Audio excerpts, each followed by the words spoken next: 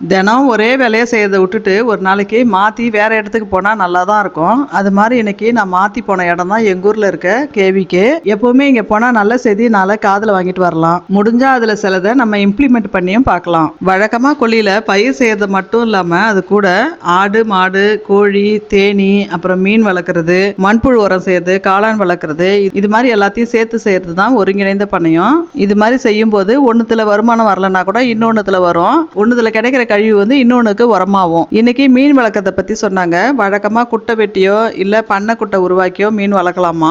ஒரே வகையான மீன் வளர்க்கறதோட ஒரு 4 டைப் ஆஃப் மீனை வந்து சேர்த்து கூட வளர்க்கலாம். ஏன்னா மீன் வந்து எல்லாமே ஒரே லேயர்ல இருக்காது. அதுவும் வேற வேற லேயர்ல இருக்கும் தண்ணியில. அதுக்கப்புறம் இந்த மீன்களுக்கெல்லாம் என்ன உணவு தரணும், அப்புறம் வந்து இதுக்கு ஏதாவது பூச்சி தாக்குதல்லாம் என்ன பண்ணணும், அது மாதிரிலாம் கூட சொன்னாங்க. இந்த வீடியோ பார்க்குற யாருக்காவது உங்களுக்கு ஏதாவது இது மாதிரி ஐடியா இருந்தா உங்க வீட்டுக்கிட்ட இருக்க கேவிகேவை அணுகுங்க. இயற்கையை நேசிப்போம்.